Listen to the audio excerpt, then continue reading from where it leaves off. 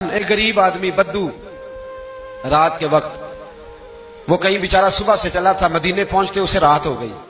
اس نے ڈرتے ہوئے نا خیمہ باہر لگا لیا. جہاں رات ہوئی نا آدھی رات کو کوئی 1-2 بجے سمجھ لے پہنچا مدینے تو اس نے باہر نے خیمہ لگا لیا. بیوی اس کی امید سے تھی، بچے کی ولادت کا وقت قریب آ گیا، بیمار ہو گئی. اس نے خیمہ لگایا، بیوی اندر ہے. حضرت عمر فاروق گشت پہ تھے رات کو، ساتھ ایک غلام تھا. حضرت عمر فاروق رضی اللہ تعالیٰ عنہ کہنے لگے وہ آگ جل رہی ہے تھوڑی سی، پتہ کرو کون ہے. تو آپ کا غلام پتہ کرنے گیا تو بدو نے ڈانٹ دیا، کہنے لگے جاؤ تمہیں کیوں بتاؤں. حضرت عمر خود گئے، کہنے لگے مسافر بھائی بتا تو صحیح. کہنے لگا جی چھوڑے، میں آپ کو کیوں بتاؤں، میں کون ہوں، کیسے آیا ہوں. فرمایا خیمے کے اندر سے کراہنے کی آواز آتی، کوئی درد سے چیخ رہا ہے، بتا ہمیں بات کیا ہے. کہنے لگا جی میں فلاں بستی فلاں علاقے کا ایک غریب ہوں، امیر المومنین عمر فاروق سے ملنے آیا ہوں، اور رات ہو گئی ہے تو یہاں خیمہ لگایا ہے، صبح میں ان سے مل کے چلا جاؤں گا.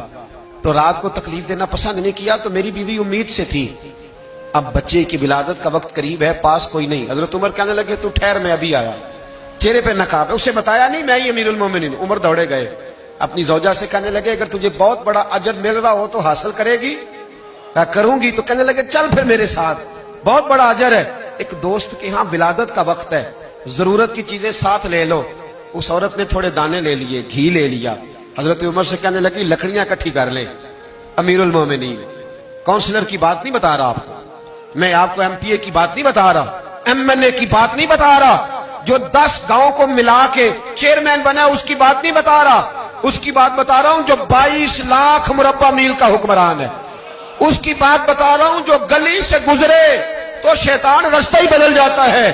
اس کی بات بتا رہا ہوں جس کے بارے میں میرے مصطفیٰ کریم صلی اللہ تعالی علیہ وآلہ وسلم نے فرمایا میرا عمر تو وہ ہے کہ 950 سال حضرت جبریل بھی اس کی شان بیان کریں تو عظمت ختم نہیں ہوتی. اتنا بڑا شخص. حضرت عمر نے لکڑیاں اکٹھی کی، اینٹوں کا روڑے لے کے چولہا بنایا، پہنچ گئے. آپ کی زوجہ کہنے لگی یہ تھوڑے دانے ڈالنے، گھی ڈالنے اور ایک لکڑی لے کے اس کو ہلائیں، تیار کریں. خود زوجہ اندر چلی گئی، حضرت عمر باہر پکانے لگے. وہ بدو کہتا ہے میں اس طرح کا ان کے ساتھ بہیو کرنے لگا جیسے کو کسی چوکیدار کے ساتھ نہیں کرتا. میں نے سمجھا جی عمر نے چوکیدار رکھے آنے جانے والے مہمانوں کا. میں کبھی پانی کا پیالہ مانگتا، کبھی کوئی بات، عمر دوڑے جاتے، کبھی پانی لاتے. او مسلمانوں، او میرے رسول کے غلام عزیزو، حضرت عمر فاروق. وہ غلام کہتا ہے میں عمر سے کہتا، میں کہتا غلام پانی لا تو عمر دوڑ کے پانی لاتے. میں کہتا تجھے گھی پکانا بھی آتا ہے، پہلے بھی کبھی پکایا ہے؟ تو عمر فرماتے کوشش تو کر رہا ہوں. میں کہتا پہلے بھی کبھی تیری بیوی نے یہ کام کیا ہے؟ تو حضرت عمر کہنے لگے مجھے یاد نہیں، پوچھ کے بتاؤں گا. کہتے کیا رنگ تھا، کیا انداز تھا، کیا مصطفیٰ کی تربیت تھی، کیا انداز حضور نے سکھائے غلاموں کو. یہ کس طرح کا امیر ہے کہ یہ ہنڈیا پکا رہا ہے، پھونکے مار رہا ہے ایک غریب کے لیے، دیہاتی کے لیے جسے جانتے بھی نہیں. اندر اس شخص کی بیوی کے ہاں بیٹا پیدا ہوا تو حضرت عمر کی بیوی اندر سے بول کے کہنے لگی امیر المومنین مبارک ہو، آپ کے دوست کے ہاں بیٹا پیدا ہوا ہے. جب کہا نا امیر المومنین مبارک ہو تو وہ شخص کہتا ہے میرے ہاتھ کانپنے لگے اور میں اس طرح دوڑا کہ میری پگڑی گر گئی. میں دوڑا تو عمر نے بلایا، کہا کدھر جاتے ہو؟ کہنے لگا آپ امیر المومنین ہیں، آپ امیر المومنین، آپ عمر ہیں. کیسر و کسرا جس کے نام سے کانپے آپ وہ ہیں جسے مصطفیٰ نے دعا مانگ کے اللہ سے مانگا، وہ والے عمر ہیں آپ. جس کے لیے علی المرتضیٰ فرماتے ہیں میں روز دعا کرتا ہوں، وہ والے عمر ہیں. جس کے بارے میں ابو بکر صدیق نے فرمایا تھا کہ میں اللہ سے کہوں گا مولا جو تیرے محبوب کی امت کے حق میں سب سے بہتر تھا میں اسے خلیفہ بنا کے، وہ والے عمر ہیں.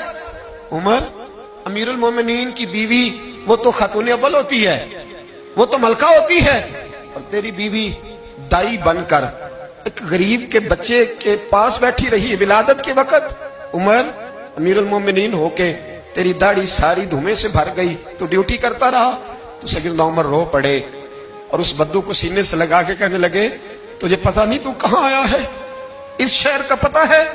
اس نے کہا حضور کہاں ہے؟ فرمایا یہ میرے نبی کا مدینہ ہے، یہ مصطفیٰ کا مدینہ ہے. یہاں امیروں کا استقبال نہیں ہوتا، یہاں غریبوں کے استقبال ہوتے. یہاں حضور نے اس اسٹیٹ پہ میرے رسول پاک نے وہ والا رنگ دیا ہے کہ اب غریب سر اٹھا کے جینے لگے ہیں، اب مزدوروں کو عزتیں ملنے لگی ہیں، اب یتیموں نے سر اٹھا لیا ہے کہ ہمارا کوئی سننے والا آ گیا.